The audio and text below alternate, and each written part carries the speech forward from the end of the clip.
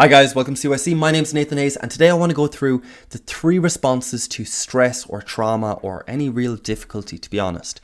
And that is, first is trying to control it. Second is to give it meaning. And the third is to feel it fully. Now, we'll all have naturally gone through those 3 different directions, and there's kind of a timeline to it.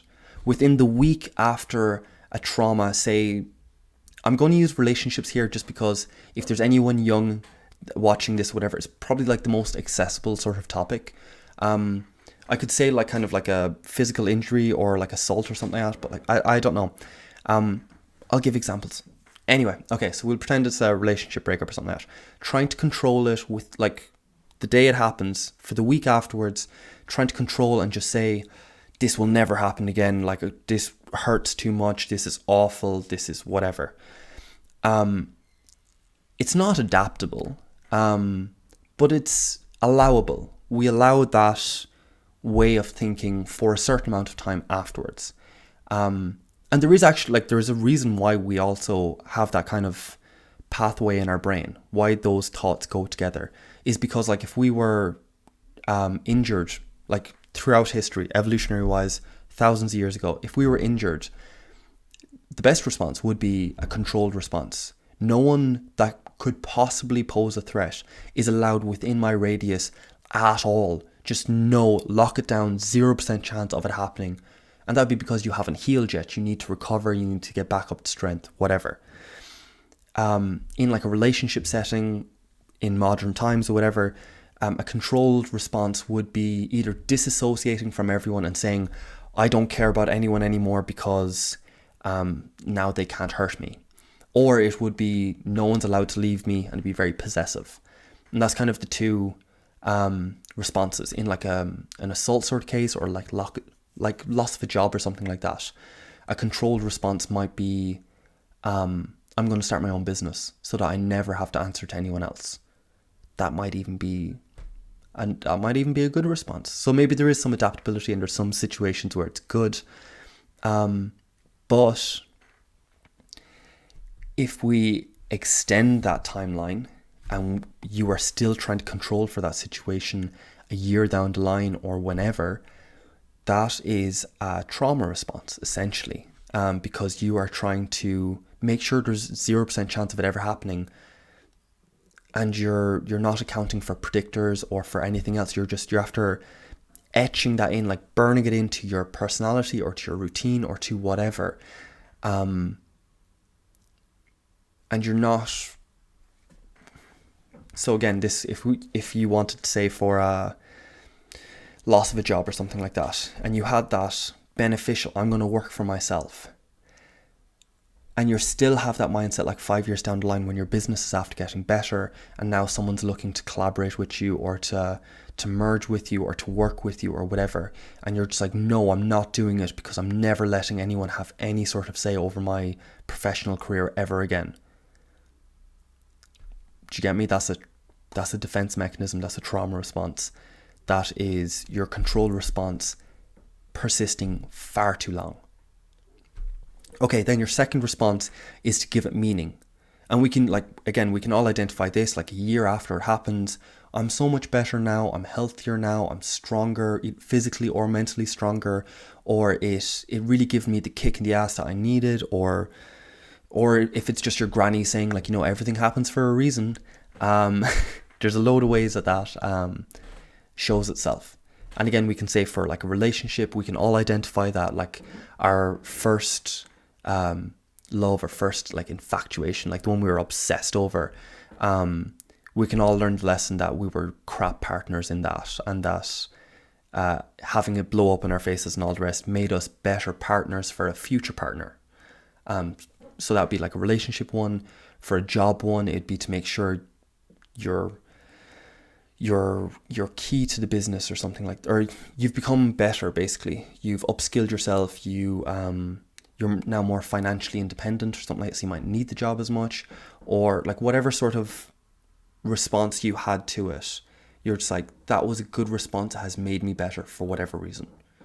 So the question then I would say to you is, could you bring that timeline closer? We can all imagine it like a year after the event, but can you do it within the week? Can you do it at the time? And that's very difficult, because there's so much physical, hormonal, just emotional energy just being like, oh, like just it's hurt, it's pain, whatever it is. You're grieving a loss of a person, if it's a relationship, or actual death of a personality, like your self-image, if it's like a physical assault or loss of a job or whatever, or it might be loss of freedom if it's loss of a job, but you're grieving something, and that's a very difficult process. But what I would ask you to do is, even if you can't just see the lesson, even if it's colored by all this pain and hurt and your control response kicking in, if you could just take a moment to say, in a year's time, I will look back at this and I'll be stronger for it. In a year's time, it's like, this was awful. I'm going to promise to myself now that I will get stronger, I will get smarter, I will get better. And in a year's time, this will be the moment. This will be the movie, the start of the movie where I was weak and now I'm strong. Or whatever way you want to kind of frame it. There are multiple ways of framing this, but just, can you do it in the moment? Very difficult to do. And I don't expect you to act like to forget the control response and just have this. That would be very high level and mature. Fair play if you can achieve it, but very difficult. So that's the first two responses, and then the third is to feel it fully. And that sounds kind of strange. This is so we'll all identify this like 10 years down the line, and you'll go through the breakup or the beat down, or if it's an assault, whatever, or you'll go through the loss of a person, or you'll go through whatever else, loss of a job, money, like everything. Whatever the situation was, you'll be just like, wow, that was a lot. That was like, man, thank God for just the people around me. That was a really dark time. My thoughts were doing this. Someone made it worse because they said this to me. Financially around me, like, this was a mess and that was a mess, and there was demands, and like I struggled with that for a while afterwards, like a year, like 2 years, maybe more, that it was still a weight on me until then. Okay, so we can all imagine looking back on something with enough distance and having that level of maturity. And the question again is, can you bring that timeline closer? And this is a Stoic philosophy. This is a very spiritual, very kind of somewhat religious sort of approach.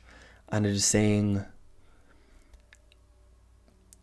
anything felt fully is beautiful, essentially.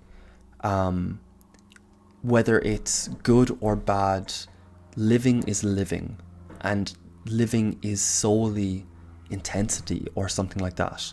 You had a moment where that's a story. I will tell this to people afterwards. This is a moment that will be burnt. Like, this isn't me on autopilot. This isn't me just floating through. This is me very much alive, very much in the moment. This is a moment of living, whether it's good or bad. And so again, that's a really difficult response to cultivate. It's a Stoic philosophy. There are exercises to do if you want to try and cultivate that sort of philosophy. It is massively adaptive, and just, it's a very good, it's a very mature response, put it that way. But it's difficult. It's very spiritual. It is not something everyone does every day at all. This is more kind of like what your monks do, or what some sort of Dalai Lama or whatever does. That is, actually, it's not even Dalai Lama, because that's Buddhism, and that's a different thing. That is that life is suffering and you have to accept it, and that you have to try and supersede past it. So not the Dalai Lama, actually. But as I said, it's a Stoic philosophy. So all I want to say, I'm not really going to try and tell you how to grieve, how to process. I want to outline the fact that there's 3 different types of grieving or processing. And if you find you're stuck in one, if you find you're stuck trying to control it, just try out, spend 5 minutes and just try the other ones. And it might not work as an instant fix, but it might just kind of loosen it. And it might help you that way. That's what I'm hoping for. So that's it for today, guys. I will see you tomorrow. Bye, guys.